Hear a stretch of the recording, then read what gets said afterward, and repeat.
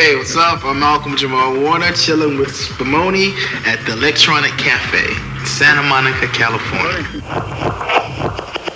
I was born in New Jersey, and I ended up moving to Los Angeles when I was 5. And I'd spent about 9 years in LA.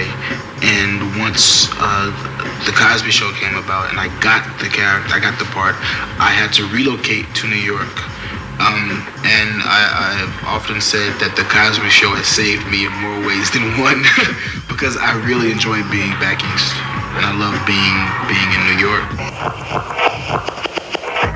I've been saying for years that I wanted to make a transition from acting into directing, and after the producers of Cosby realized that I was serious about directing, and I had spent years in the control room with the various directors who would come and do the show, they finally allowed me to do my first episode last year. And that, I guess, did so well they gave me 2 more this year.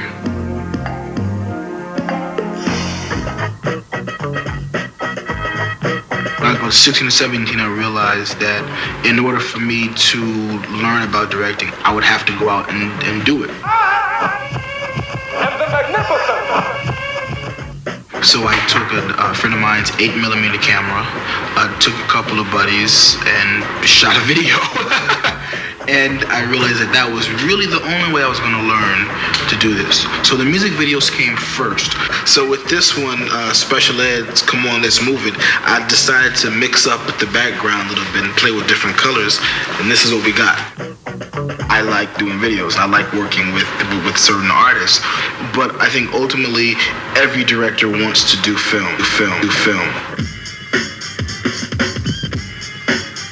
One of my saving graces is that I've always had a wonderful relationship with my mother.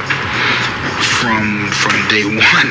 You know, my parents were divorced when I was much younger, and though my father was very important in my growing up, his presence wasn't there in the house. He wasn't physically there.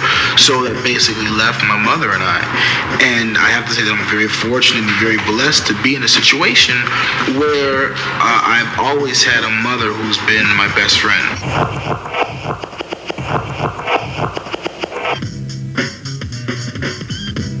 My loyalties lie with the Cosby Show. Role models are just people, and you cannot expect people to be perfect.